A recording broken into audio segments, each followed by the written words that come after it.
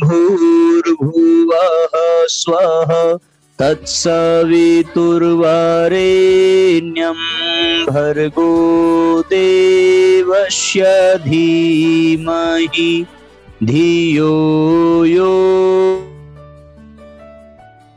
नः प्रचोदयात्। सभी साथियों को सादर प्रणाम। सभी का बहुत बहुत स्वागत है आज के सत्र में। साथियों, आज का सत्र, ये जो पुस्तक चल रही है योग के नाम पर मायाचार, उसकी अंतिम किस्त है। इस एपिसोड में हम लोग इस पुस्तक का आज अंतिम हिस्सा पढ़ेंगे और उसको समझेंगे। सभी परिजनों से विनम्र प्रार्थना है कि इस वीडियो को, लाइव चल रहे इस सेशन को अधिक से अधिक शेयर कर दें ताकि अधिक से अधिक लोग जुड़ सकें और सबको इसका दिव्य लाभ प्राप्त हो सके। आज का प्रसंग है साथियों, दिव्यदर्शी तांत्रिक। किस तरीके से परम पूज्य गुरुदेव ने अपने जीवन में आने वाले योग के नाम पर मायाचार फैलाने वाले, धर्म और अध्यात्म के नाम पर चमत्कार और आडंबर फैलाने वाले लोगों का पर्दाफाश किया है। उसी क्रम में आज 8वां प्रसंग है, दिव्यदर्शी तांत्रिक। इस प्रसंग के अंतर्गत गुरुदेव लिखते हैं, अप्रत्यक्ष गुप्त बातों को जानने का दावा करने वाले अनेकों व्यक्ति हमारे संपर्क में आए। मैस्मरिज्म के नाम से कितने ही लोग इस प्रकार के खेल करते रहे हैं। एक बार हमने देखा कि एक मैस्मरिज्म करने वाले ने एक लड़के को मंत्र बल से बेहोश किया, लड़के की आंखों पर पट्टी बांधी और ऊपर से कपड़ा डाल दिया। इससे किसी को यह संदेह न रहे कि लड़का आंखों से देख सकता है। अब जादूगर ने वहां उपस्थित लोगों के संबंध में उस लड़के से पूछना शुरू किया। चारों ओर जमा हुई दर्शकों की भीड़ में जादूगर चक्कर लगा रहा। वह लोगों का छाता, घड़ी,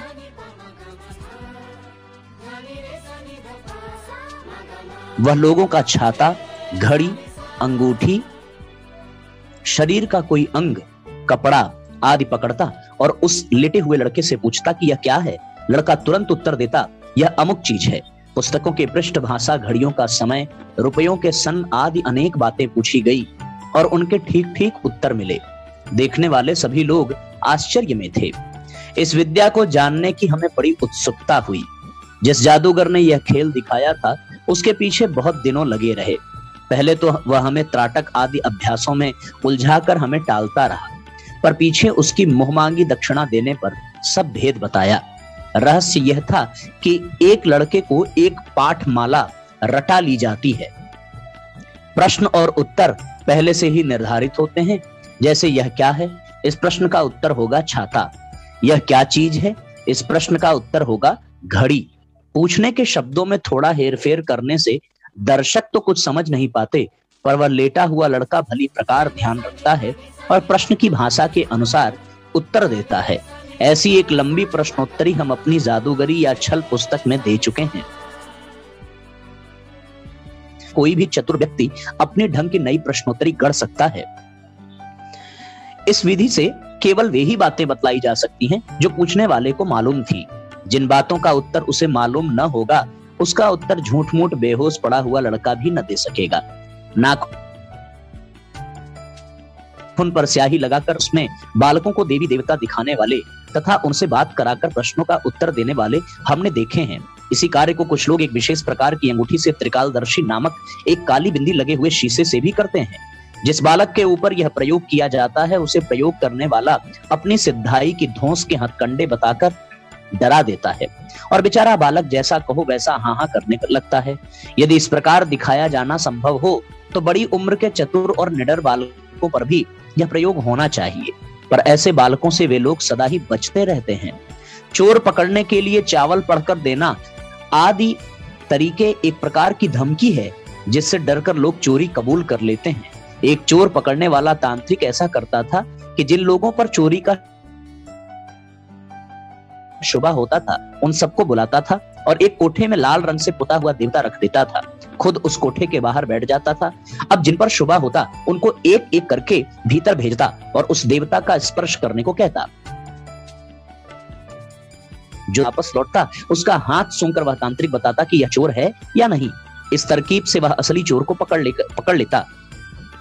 चोरी इस शर्त पर कबूल कर लेता कि ली हुई चीज वापस कर दे तो उसका नाम प्रकट नहीं किया जाएगा। चोर उस चीज को तांत्रिक को वापस कर देता और वह उसे वापस कर देता जिसकी की वह चीज थी। इस रीति से उसने बहुत धन और यश मिलता। इसका रहस्य यह था कि देवता पर कच्चा लाल रंग पोता हुआ था। जो उसे छूता था उसके हाथ में लाल रंग का कुछ न कुछ दाग लगा होता था। हाथ सूंघने के बहाने वह देख लेता था कि कहीं दाग है या नहीं। दाग होने पर निर्दोष समझा जाता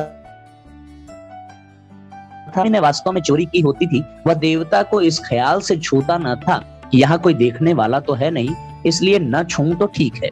वह बिना छुए लौट आता था। उसके हाथ पर पैर रंग का दाग न होता था। हाथ पर तांत्रिक अकेले में उससे कहता था कि चोर तुम ही हो, चुपचाप या तो चीजें लौटा दो, नहीं तो नाम प्रकट कर दिया जाएगा। चोर सिटपिटा जाता और बदनामी से बचने के लिए चीजें देकर अपना पीछा छुड़ाता। परंतु यह तरकीब भी सदा नहीं चल सकती, केवल उन्हीं पर चलती है जो चोर देवता और मंत्र शक्ति पर विश्वास करते हैं।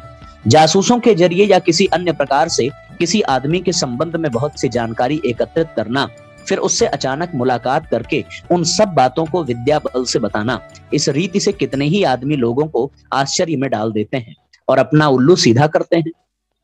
अनेकों प्रकार के आश्चर्य, ये अगला प्रसंग है। ऊपर की पंक्तियों में कुछ चमत्कारों का वर्णन किया है। इस तरह से सैकड़ों चमत्कार हमने देखे और उनके भेद मालूम किए हैं, जिनमें से अनेकों का तो अब स्मरण भी नहीं रहा है। जो याद है उनमें से दो चार और लिखते हैं। एक बार एक गांव में एक जमींदार के यहाँ एक महात्मा जी पधारे। जमींदार साहब ने बड़ी आव भगत की। महात्मा जी के बारे में यह समाचार फैलाया गया कि वे बड़े पहुंचे हुए संत हैं, जो कहो सो मंगा सकते हैं। रात को जब गांव वाले बहुत से लोग बैठे हुए थे तो एक ग्रामीण ने कहा कि महाराज जी गरम खीर मंगाइए। महाराज जी ने आंख बंद करके मंत्र पढ़ा और फिर कहा जाओ चौपाल में खीर आ गई है। लोगों ने जाकर देखा तो सचमुच हांडी भरी खीर रखी है। वह सबको प्रसाद रूप में दे दी गई। लोग आश्चर्य कर ही रहे थे कि एक काछी चिल्लाता हुआ आया कि चूल्हे पर रंधती हुई खीर की हांडी उड़ गई। उसे हांडी दिखाई गई तो उसने कहा यह मेरी ही हांडी है, यह मेरी आंखों के सामने आकाश को उड़ गई थी। इस घटना के बाद योगी राज की भारी पूजा हुई। 10-15 दिन में करीब 2000 रुपए भेंट का आ गया। बहुत दिन बाद हमें पता चला कि जमींदार, खीर मांगने वाला काछी, इन तीनों को उस साधु ने षड्यंत्र में शामिल किया है। उनकी परती रखी गई थी। भेंट में से इन तीनों ने हिस्सा बांटा था। वास्तव में खीर जमींदार के घर में बनी थी और लोगों को एकत्रित होने से पूर्व ही चौपाल में छिपाकर रख दी गई थी। दूसरा प्रसंग है साथियों, बड़ा आनंददायक है। किस तरह से लोग दूसरों को बेवकूफ बनाते हैं। क्या मिल जाता है? कुछ धन के लिए, स्वार्थ के लिए लोगों का समय और प्रतिभा और उनकी श्रद्धा को ठेस पहुंचाना कितना अनुचित है। एक साधु जी महाराज कहीं बाहर से आए और एक गांव में मरघट के पास रहने लगे। उनकी निर्भयता से गांव वाले बहुत प्रभावित हुए और भोजन सामग्री उनके लिए भेजने लगे। एक दिन जबकि गांव में बहुत से लोग बैठे हुए थे, कोई रास्तागीर उधर से निकला। वह साधु जी के पास बैठ गया और इधर उधर की बातें करने लगा। बातों ही बातों में साधु के प्रति उसने कुछ कड़वे और अपमानजनक शब्द कह दिए। इस पर साधु ने क्रुद्ध होकर श्राप दिया कि तू इसी समय अंधा हो जाएगा। वह अंधा हो गया और 1 सप्ताह तक वह पास के गांव में लकड़ी के सहारे टटोलता और दुख गाथा सुनाता फिरा। गांव-गांव जाकर वह यह कहता कि पंचलोक चलकर महात्मा जी को समझाकर श्राप वापस लेने को जोर दें तो ही उसका जीवन उबर सकता है। अंधे पर दया करके करीब 20 गांव के पंच इकट्ठे हुए। सबने बहुत विनय करके महात्मा जी को मनाया। उनके कमंडल से जल लेकर अंधे पर डाला और उसकी आंखों में ज्योति वापस आ गई। इस चमत्कार से ग्रामीण बहुत प्रभावित हुए। थोड़े दिन बाद बाबा जी ने भंडारा करने की इच्छा प्रकट की, जिसके लिए गांवों से सैकड़ों रुपया प्राप्त हुआ। पता लगाने पर मालूम हुआ कि जो आदमी अंधा हुआ था वह आदमी बाबा जी का साथी था। साधक सिद्धि का जोड़ा बनाकर कितने ही स्थानों पर यह लोग इस घटना को पुनरावृत्ति कर चुके हैं। एक गांव में एक ठाकुर के कुएं के पास एक महात्मा जी आकर ठहरे। ठाकुर ने उनकी आवभगत की। जाते समय उन्होंने वरदान दिया कि तेरे इस कुएं के जल का तो आचमन करेगा, उसका कैसा ही कठिन या डरावना रोग क्यों न हो, अच्छा हो जाएगा। यह समाचार फैलते ही लोगों की भीड़ लगने लगी। एक अंधा आदमी अच्छा हुआ, एक गूंगा बोलने लगा। यह घटना सबके सामने हुई। 1 महीने तक भारी मेला उस कुएं पर लगा रहा। कथा कीर्तन की धूम रही। ठाकुर ने घोषणा की कि महात्मा जी कि आशीर्वाद रूपी इस कुएं को पक्का बनवाया जाएगा और यहाँ एक धर्मशाला बनेगी, इसके लिए भेंट दक्षिणा दी जाए। बहुत रुपया जमा हुआ, कुआं और धर्मशाला तो पक्के नहीं बने, पर ठाकुर का दरिद्रता उनकी दूर हो गई। पता लगाने पर मालूम हुआ कि जो अंधे और बहरे अच्छे हुए थे वे बिल्कुल अच्छे भले थे। ठाकुर चोरी करता था, ये उसके दूरवर्ती साथी थे जिन्हें वहां कोई जानता न था। बाद में इन्हीं लोगों को 20-20 कोस गांवों में भेजा गया और इन लोगों ने अफवाह फैलाई कि अमुक स्थान पर महात्मा जी के आशीर्वाद से ऐसा करामाती कुआं निकला है जिससे 50 अंधे और हजारों बीमार अच्छे हो चुके हैं। ये अफवाह 1 से 10 और 10 से 100 में फैल गई। देहातों में ऐसी बातों पर विश्वास भी जल्दी हो जाता है। लोग वहां के लिए दौड़ पड़े। ठाकुर का पासा ठीक पड़ा, उसके पौ 12 हो गए। चौथा प्रसंग है, मद्रास प्रांत में एक जगह एक बड़ी कोठी में एक राजसी महात्मा रहते थे। वे श्री कृष्ण जी के प्रत्यक्ष दर्शन कराते थे। उनकी कोठी के भीतर भाग में एक संगमरमर का छोटा सा तालाब भरा रहता था। आगे लिखते हैं गुरुदेव कि भगवान उस तालाब के जल में चलते फिरते और हंसते बोलते थे। रूप और सजावट बालक कृष्ण से मिलती जुलती थी। धनी लोगों को बड़े नाच और नखरे के साथ बड़ी भक्ति पूर्वक दर्शन कराए जाते और लंबी लंबी रकमें दान में ली जाती थी। भेद खोजने पर मालूम हुआ कि तालाब का पेदा मोटे किंतु स्वच्छ कांच का बना हुआ है। उसके नीचे गुफा की तरह खाली जगह है। उस खाली जगह में जाने के लिए रास्ता है। एक 7-8 वर्ष के स्वरूपवान बालक को वस्त्राभूषण से खूब सजाकर उस नीचे के तहखाने में भेज देते हैं। लड़का उसमें इधर उधर फिरता है और दर्शकों की ओर हंसता मुस्कुराता तथा कुछ प्रसन्नता तथा कुछ आश्वासन सूचक शब्द कहता था। कांच के ऊपर पानी भरा रहने से यह दृश्य ऊपर से देखने पर ऐसा मालूम पड़ता था मानो जल में मछली की भांति श्री कृष्ण ही चल फिर रहे हों। भक्त लोग इस दृश्य को देखकर अपने को धन्य मान लेते थे और उस राजसी संत को भगवान का परम प्रिय समझकर उनके भी सदा के लिए भक्त बन जाते थे। संवत 2004 के लगभग अनेकों व्यक्ति अपने आप को निष्कलंक भगवान का अवतार कहने लगे थे और इसके लिए उन्होंने काफी प्रसिद्धि प्राप्त की थी। अब भी ऐसे तो कितने ही व्यक्ति हमारी नजर में हैं जो अपने को प्रहलाद का, सूरदास का, शंकराचार्य का अवतार बताते हैं, किंतु सत्यता प्रकट करने के लिए एक भी तथ्य उनके पास नहीं है। 5वां प्रसंग है कि एक योगी राज जलती हुई अग्नि में स्वयं चलते थे और फिर अपने पीछे पीछे अन्य कई लोगों को चलाते थे, पर उनमें से कोई भी न जलता था। इस क्रिया में मुख्य बात यह थी कि जिसे अग्नि पर चलना होता था उसके पैर धुलाते थे। गीले पैरों से अग्नि के निकट तक पहुंचने पर वह दवा पैरों में चिपट जाती थी, जो यहाँ मिट्टी के ऊपर फैला दी जाती थी। इस दवा के प्रभाव से पैरों पर अग्नि का असर न होता था। हमने उन योगी राज को चुनौती दी कि वे अग्नि के चारों ओर की जमीन भली प्रकार साफ कर लेने दें और पैर धुलाने के लिए जो पानी मंगाया जाए उसे लाने और देने का कार्य हमारे हाथ में रहे। यदि इस शर्त के साथ वे स्वयं अग्नि पर चलें या दूसरों को चलावें तो उन्हें 500 रुपए दक्षिणा देने को तैयार है, पर इस चुनौती को स्वीकार करने के लिए वे तैयार न हुए। 6वां प्रसंग है, एक जगह एक अवधूत देखे गए जो लोगों को मांगी हुई चीजें तुरंत अपने देवता द्वारा मंगा देते थे।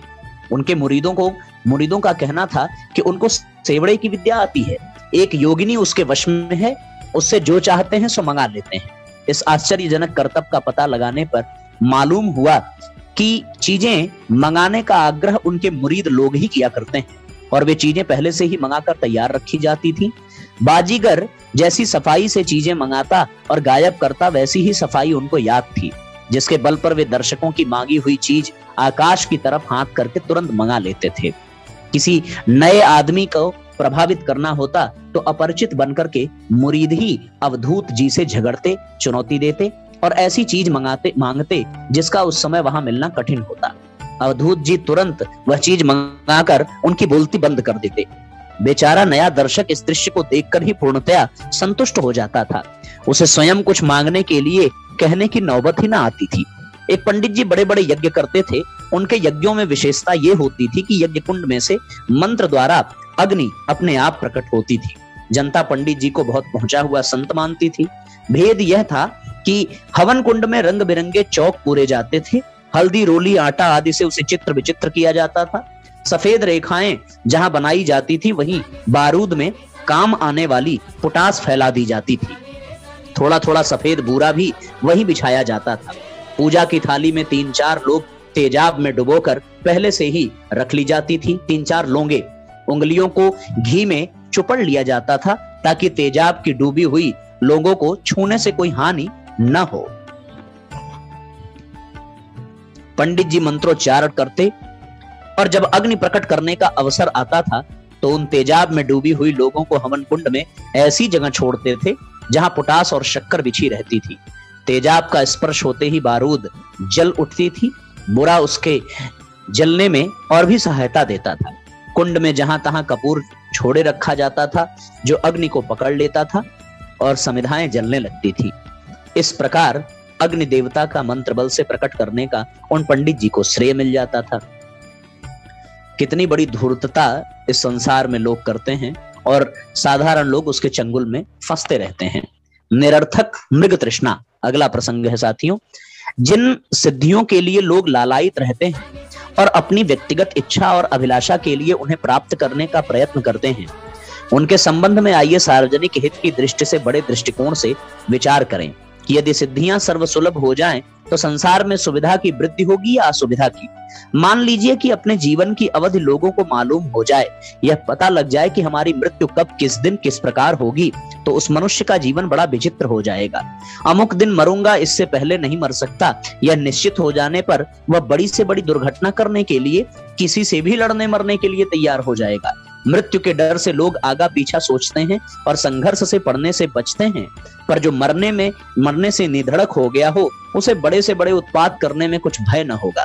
दूसरी बात यह भी है कि जिसे मालूम है कि मेरी मृत्यु के समय में केवल इतना समय रहा है, वह सांसारिक काम धंधों से उदास होकर बैठ जाएगा, मृत्यु के शोक में बहुत पहले से डूब जाएगा, किन्हीं बड़े कामों का आयोजन न करेगा, समाज में मित्रता और घनिष्ठता स्थापित न करेगा। अपने दीर्घ जीवन की आशा से लोग धन वैभव एकत्रित करते हैं, वह उसके मरने पर विधवा तथा बच्चों के काम आती है। जिसे मालूम है कि मुझे सिर्फ 8 महीने जीना है, वह संपत्ति संचय न करेगा, जो होगी उसे भी खर्च कर देगा। ऐसी दशा में पीछे वालों को जो पैतृक धन से सहायता मिलती है वह न मिला करेगी। जो जल्दी मरने वाला होगा उसका विवाह न होगा, बेचारा विवाह सुख से भी वंचित रह जाएगा। अधूरी उम्र के स्त्री पुरुषों को दूसरा साथी न मिलेगा, उन्हें अविवाहित जीवन बिताना पड़ेगा। इस प्रकार एक नहीं हजारों प्रकार की कठिनाइयां बढ़ जाएंगी। यदि लोग अपना मृत्यु समय निश्चित रूप से जान लिया करें तो संसार का स्थिर रहना, उसकी कार्य प्रणाली चलना बड़ा कठिन हो जाएगा। मान लीजिए कि व्यापार की तेजी मंदी का लोगों को पता चल जाए तो व्यापार का कारोबार ही ठप हो जाएगा। जब लोगों को यह मालूम हो जाए कि अब तेजी आने वाली है तो पहले से ही लोग चीजों को रोक लेंगे और लोगों को यह वस्तु मिलना कठिन हो जाएगी। इसी प्रकार यह मालूम हो जाए कि यह चीज मंदी होने वाली है तो उसे बेचना तो सब चाहेंगे लेकिन लेगा कोई नहीं। जो वस्तु मंदी होने वाली होगी उसका उत्पादन और आयात ही कोई न करेगा, फलस्वरूप उस वस्तु का मिलना दुर्लभ हो जाएगा। सब लोगों को तेजी मंदी का पता चलने लगे तब तो व्यापार नाम की कोई वस्तु ही नहीं रह जाएगी और तेजी मंदी केवल शब्दकोशों में ही लिखी मिलेगी। इतना न भी हो, केवल किन्हीं 1-2 मनुष्य को भी तेजी मंदी का ठीक ज्ञान हो तो वे एक दिन में अरबों खरबों रुपया एकत्र कर सकते हैं। जिसे तेजी मंदी का ठीक ज्ञान होगा वह संसार की समस्त संपदा पर चंद दिनों के अंदर कब्जा कर लेगा। ऐसी स्थिति में उत्पन्न होने से संसार का साधारण क्रम बिल्कुल उलट पुलट जाएगा। परमात्मा अपनी दुनिया को इस प्रकार उलट पुलट नहीं करना चाहता, इसलिए उसने तेजी मंदी का सच्चा ज्ञान किसी ज्योतिषी, सटोरिये या सिद्ध को नहीं दिया है। इसी प्रकार जितनी भी सिद्धियां हैं वे यद्यपि आकर्षण दिखती हैं पर अंततः मनुष्य जाति के लिए घोर हानिकारक ही सिद्ध होंगी। इसलिए परमात्मा ने उन्हें सर्वसाधारण के लिए सुलभ नहीं किया है। जिन्हें वे सिद्धियां मिलती हैं वे वही लोग होते हैं जो पूर्ण परमात्म तत्व को प्राप्त कर लेते हैं और विश्व व्यवस्था में गड़बड़ करने के लिए उनका प्रयोग नहीं करते। इसलिए सिद्धियों के फेर में न पड़कर हमें स्वाभाविक सत्य, प्रेम, न्यायमय जीवन बिताना चाहिए। यही जीवन ही की सबसे बड़ी सफलता और परम सिद्धि है। तो इस तरीके से साथियों यह पुस्तक पूरी हुई। कितनी गजब की बात है कि अक्सर लोग कहते हैं अपनी कुंडली में, अपने ज्योतिषियों के द्वारा कि हम कब तक जीवित रहेंगे, कितनी उम्र है। अब देख लीजिए, यदि आदमी अपनी मृत्यु को जान ले तो उसका कितना नुकसान हो सकता है। और उसी तरीके से साथियों देख लीजिए, यहाँ पर दूसरा जो प्रसंग था तेजी और मंदी का, यदि कोई अपना लाभ और हानि जान ले तो फिर उसके जीवन में कोई रस नहीं रह जाएगा। और ये प्रकृति के संतुलन को बिगाड़ने के लिए पर्याप्त है। कल्पना करके देखिए साथियों, कल्पना करके देखिए कि जितने भी बड़े बड़े राक्षस हुए, शैतान हुए, वो कितने तपस्वी थे और कितनी सिद्धियां हस्तगत की थी, पर उन्होंने उन सिद्धियों का केवल दुरुपयोग किया और परिणाम ये हुआ कि उन्हें अपने जीवन को नष्ट कर देना पड़ा। परमात्मा ने उनको जीवित नहीं छोड़ा, उनका जीवन अभिशाप बन गया इस समाज के लिए। तो हम सिद्धियों के पीछे नहीं, परमात्मा तत्व के पीछे भागें, जिससे हमारे जीवन में श्रेष्ठता हो, जिससे हमारे जीवन में महानता हो और हम धन्य बन सकें, साथ ही इस संसार को भी धन्य बना सकें। इन्हीं बातों के साथ आज के सत्र को साथियों विराम देते हैं और कल सुबह ठीक यज्ञ में हम सब एकत्रित होंगे 7:30 बजे और शाम को फिर से 8 बजे स्वाध्याय के लिए एकत्रित होंगे। शांति कुंज चलने की योजना थी, आदरणीय भैया जी से बात हुई है। जो तिथि हम लोगों ने निर्धारित की थी वो तिथि 14 क्या निर्धारित की थी, 27 सितंबर से नवरात्रि के बीच की, 27 सितंबर से 4 अक्टूबर के बीच की। तो उन तिथियों में वे शांति कुंज से बाहर रहेंगे। तो ऐसी स्थिति में उन तिथियों में चलना ठीक नहीं है। अब हम लोगों को अगली तिथि तय करनी है, जिसे हम लोग परस्पर बातचीत करके कल तय कर लेंगे। तब तक आप सब भी विचार कर लीजिए। अब अगली तिथि है कि या तो नवरात्रि के पर्व पर चलें या तो फिर नवरात्रि के बाद हम लोग 14 अक्टूबर के बाद चलें। तो अब हमें तय करना है कि हम लोग कब चल सकते हैं। ये हम लोग आपस में चर्चा करके कल निर्धारित करेंगे। सभी साथियों को सादर प्रणाम, सबको शुभ रात्रि, धन्यवाद।